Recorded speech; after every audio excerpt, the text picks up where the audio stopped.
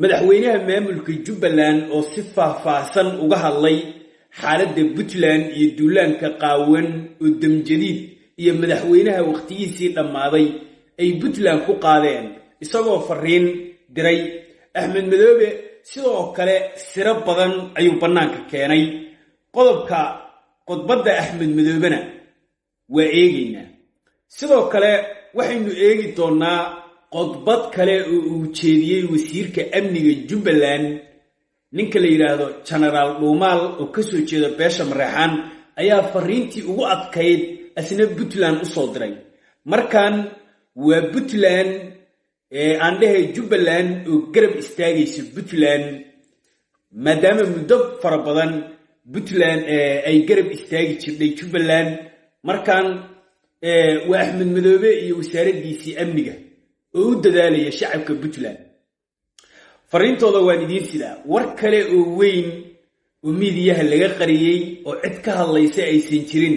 inaan caawa iftiimiyo ayaan rabaa oondaha ka qaado waa madaxweynaha Soomaaliya qodbadiisii xalay uu jeediyay iyo waxa uu ka yiri gobolada waqooyi xasan si toos ah ayuu u cadeeyay reer waqooyi bari inuusan waxba u hayn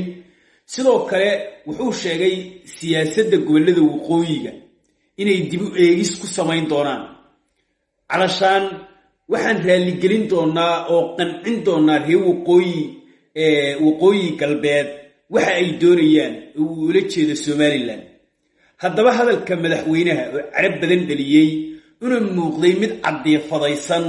in madaxweynuhu uu la cadeefadooday oo uu la xanaaqay nimankii habargidir oo miidiyaha ka qaylinayay oo lahaa dad baa la laayay haddaba saddexdaas qodob ayaan rabaa inaan barnaamijkayga caawa ku eego waxaan idinka codsanayaa hal arrin ayaan idinka codsanayaa YouTube-ka update baa lagu samaynayaa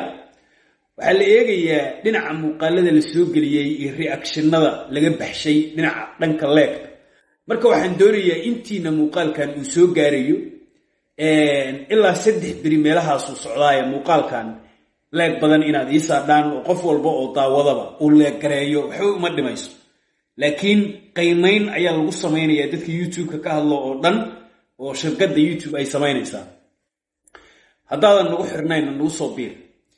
halkaasaan qodobka uga tagaya jalayaal soo dhawaada waxaan rabaa inaan ku bilaabo madaxweynaha Jubbaland ayaa si faahfaahsan wuxuu uga hadlay xaaladda Puntland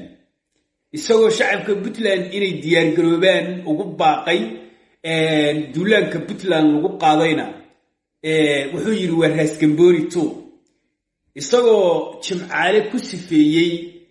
ninkii odaga ahaa oo la soo diray oo Kenya lugta ku galay oo kale inuu noqon doono haddaba arrinta Axmed Madoobe ayaan rabaa hadalladii ugu muhiimsanaa oo ka jeediyay maanta shalay Gambooni wixii ka dhacay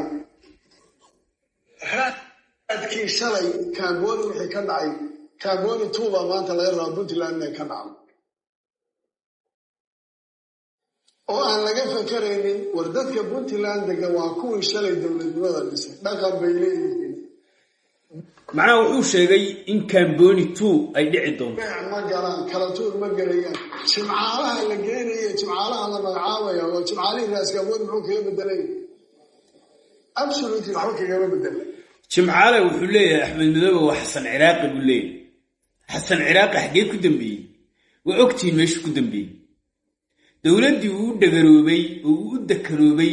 oo dhibaatada aragtay u galay waa tii Somaliland ay xiratay oo jigjiga ay ka soo deynaysa maamulka dawlad deegaanka ka soo deynayay waa la deyriyay xilkii baa laga qaaday abaalmarinta uu helay way dadkiisana waa lagu diraa marka jimcaale wuxuu leeyahay waa Xasan Ciraaqi 2 reer Puntlandna whatever la sameeyo ma aqbali doonaan kalmadooda ku oran doonaa in maanta xamar intii laga soo duulay la ciidan baan idin dhisay saaraya baan siinay dagaal baa ka socday Daesh lagu hayay dawladda federaalka hal gorado rasaas inuu geysay iska daayay waxay diiday barnaamijka diyaaradii dhaawac lagu qaadi lahaa xog aan caadihin ba Axmed Madoobe qarxiyay wuxuu yiri nimanka markii ay dagaalka ku jireen Puntland wuxuu diiday askartii reer Puntland ee ku soo dhaawacantay dagaaladii calmiskaad buuraha ka dhacay in la geeyo oo dalka dibadiisa loo qaado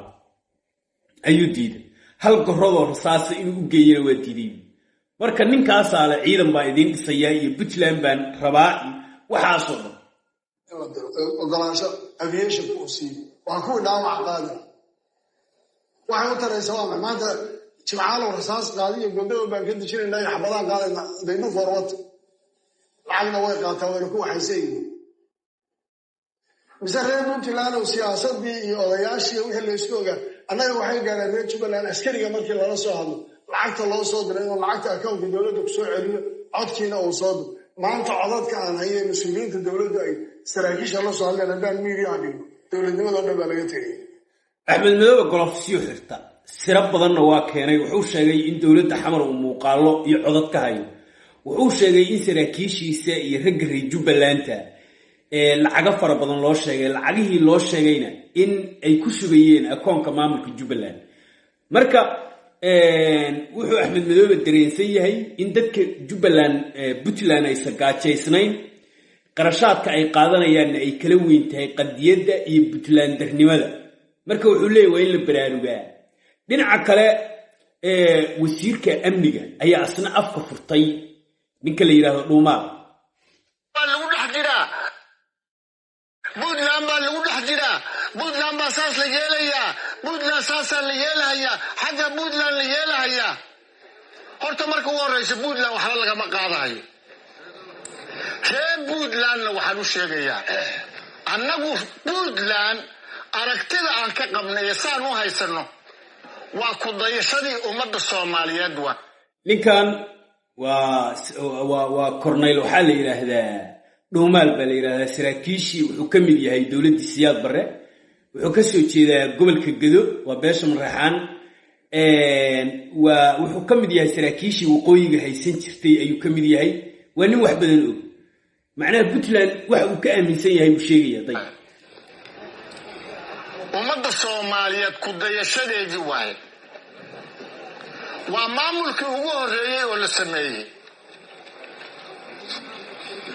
waa dalka kaliya ama deegaanka kaliya ama dawladda kaliya oo ayadoon laga caawinayn iska saartay kawaariistii iyo wixii xilka lahaa iyo Daesh iyo wixii buuraha ku jiray oo kulligeen aad aragteen meelaha ay samaysteen aad aragteen si fiican buu ninkan kuwaan kalena waa la mid weey waa ummadda Soomaaliyeed in aad ka horeysaan wasoo diyaar ma tihiin diyaar soo ma tihiin Soomaaliya hanolaato si weyn ayuu uga hadlay xilli uu qodbeynay ciidanka Jubaland ee jooga magaalada Kismaayo waa wasiirka amniga markaan waxaad moodaa Jubaland inay u soo jeesatay in abaalkii ay Puntland u gashay Jubaland inay Jubalandna markaan gudayso qodobka halkaasaan uga baxayaa waxaan rabaa inaan idinku update gareeyo dadka reer Puntland waa ay diyaarsan yihiin waa ayna dareensan yihiin danta uu Xasan leeyahay xukunkiisii baa dhamaaday waqtigiisii baa dhamaaday wuxuu isleeyahay xabadda Muqdisho ka bilaaban lahayd garow ha ka bilaabato iska fogey waa nin xabaddii gurigiisa ka soo fogeeyay weey iyo buuqii iyo siyaasadii markii intii Muqdisho la isku qabsan lahaa garow iyo Puntland la isku haysto ayuu Xasan taagan yahay qodobka halkaasaan uga baxaya waxaan rabaa dadka Soomaaliyeed iyo reer waqooyi bari iyo ummadda Soomaaliyeed baynaan caawa u cadeeyo qodbadii ugu foosho xumayd oo nacayb ka buuxo oo cadaawad ka buuxdo ayaa xala Xasan jeediyay 26 Juun ayuu ka jeediyay qodbadaas dadku si fiican uma falanqayn uma fiirin laga yaabo inaan aad u dhageysan oo qodbad dheer bay ahayd laakiin qaybta ugu dambaysa ayaa aniga wax weyn iga soo baxa Xasan inuusan waqooyi bari aqoonsan wax waqooyi bari la yiraahdo inuusan aqoon waxaan cadaawad ahayn inuusan dadka u hayn inuu maaragtay xilli ololaal lagu jiraaye weli Hargeysa jacayl uu ku jiro waxyaabahaas oo dhan baa ii soo baxday isagoo u bareeray markaan oo banaanka iskeenay Xasan waxba kama duwana odayaashii habar gidir ee lahaa meeshan ku aragna dhulbahanta waa laynayna hadda xukunkii uu joogaaye hadduu banaanka joogi lahaa qorigiisu qaadan lahaa haddaba waxaan rabnaa qodbadda xasan uu jeediyey qayb ka mida inaan isla eegno. siyaasaadkeenna iyo policies-keenna ku saabsan Somaliland iyo gobollada waqooyi guud ahaan dib u eegisaan ku samaynay. Iikaay muxuu yidhi siyaasadeenna gobollada Somaliland iyo gobollada waqooyi dib u eegis baan ku samaynaynaa. Somaliland magaceedii waa sheegay iyo gobollada waqooyi yaa weeye dee waa waqooyi bari iyo waqooyi galbeed. hay marka sii soco icaadatu nadar si aan u helno fikir macnaha siyaasadee dib u eegis baan ku samaynaynaa buu leeyahay. macnaha siyaasaddii ayaan dib u eegis ku samaynaynaa maadaama aan awal waqooyi bari la macaamilaynay wax allaala wixii ay dhibsadaanna waa joojinaynaa buu leeyahay. reer Hargeysa wax kaloo ay dhibsadaan miyaa jira? waa maamulka waqooyi bari wax kaloo ay dhibsadaan ma jiro. iyo talo iyo ra'yi iyo siyaasad policy walaalahaas qanci kara oo ku qanci kara in ay walaalahood mar kale la midoobaan yaa baadi goobayna hadaa la yidhaah. waxaan u taagnaanaynaa oo aanan ka caajisaynin